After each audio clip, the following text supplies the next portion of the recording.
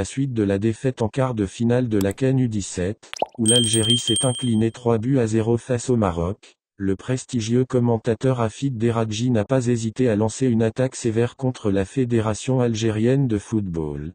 Le journaliste Hafid Deradji, de la chaîne de télévision qatari Bein Sport, a sévèrement critiqué la Fédération algérienne de football FAF, après l'élimination de l'équipe nationale des moins de 17 ans de la Coupe d'Afrique des Nations.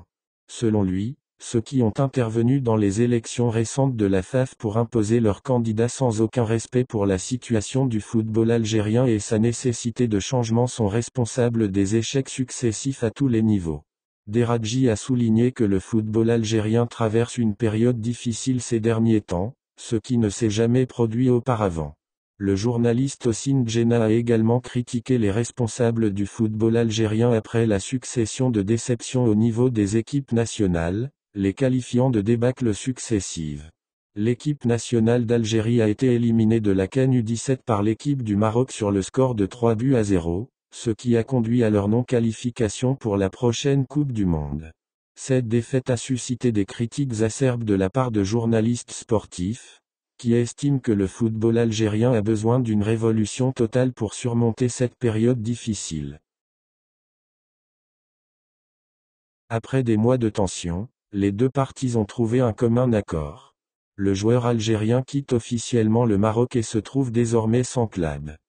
Raouf Bangui, le joueur algérien de 27 ans, quitte son club au Maroc, le Raja Casablanca après des mois de tension avec son entraîneur, Monique Bey.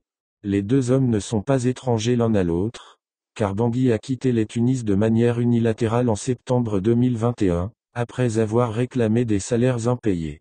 Le club a finalement été condamné à verser 257 000 € à Bangui par la Chambre des litiges de la FIFA.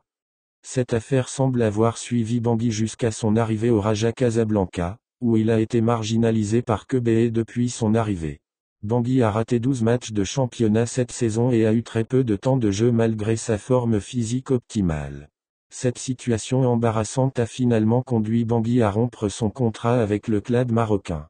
Les deux parties ont trouvé un accord pour mettre fin au bail qui les liait, avec des primes et des salaires estimés à près de 90 000 € pour le joueur.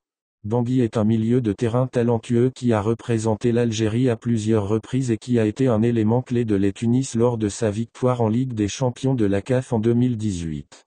Sa prochaine destination reste incertaine, mais il est probable qu'il trouvera rapidement un nouveau club.